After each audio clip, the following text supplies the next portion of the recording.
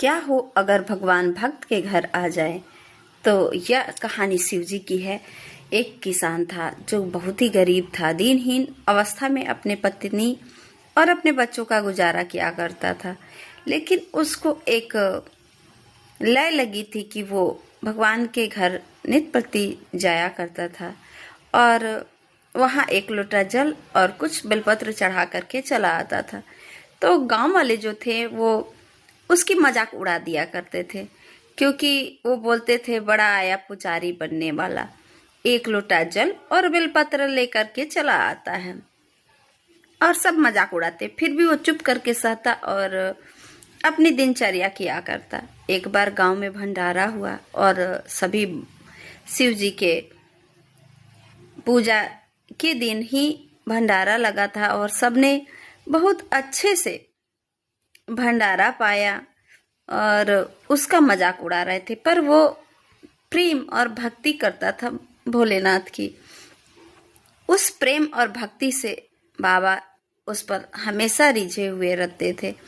एक दिन अपने घर में देखा कि कुछ चावल है, उसी दिन जिस दिन भंडारा बाहर में हुई, और कुछ दाल है। उस पर अपने पत्नी से कहता है कि मुझे भी बड़ा मन हो रहा है कि मैं भी बाबा को भोग लगाऊं, क्यों न तुम इसमें से भोग के लिए तैयार कर दो। उस पर पत्नी कहती है, ना आप खा सकोगे ना मैं खा सकूंगी, ये तो जो बच्चे के लिए ही पर्याप्त नहीं है। मेरे पास जो अनाज है वो मेरे बच्चों के लिए ही पर्याप्त नहीं है।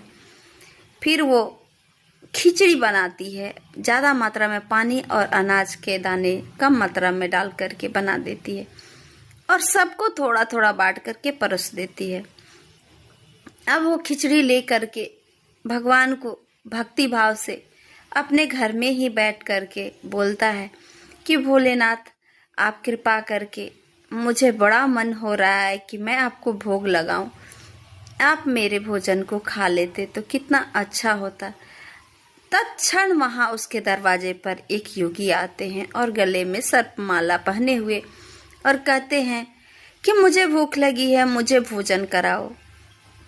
यह बात सुनकर वो प्रसन्न होता है और बड़ी प्यार से वो अपना खाना बाबा को परोस देता है और बाबा खा करके जैसे खत्म करते हैं भोजन को, उसके तुरंत बाद उनका रूप परिवर्तन हो जाता है और स्वयं के भेष में वो आ जाते हैं।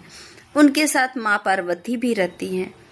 अब देख करके भक्त जो है, गोपी नाम का भक्त, बहुत ही प्रसन्न हो जाता है। इस पर बाबा कहते हैं कि कोई वर मांग लो। फिर भी वो कहता है कि नहीं, आप मेरे ऊपर कृपा किए, इतना ही बहुत है। इस तरीके से वो गोपी भक्त कहता है।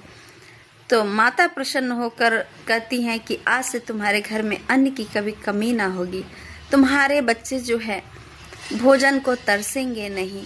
जाओ, मैं अपनी इच्छा से तुम्हें यह वर देती हूँ।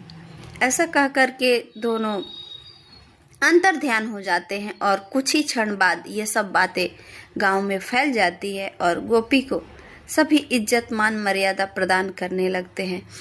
इस कहानी से आपने क्या सीखा? भगवान धन के भूखे हैं या भक्ति के भूखे हैं?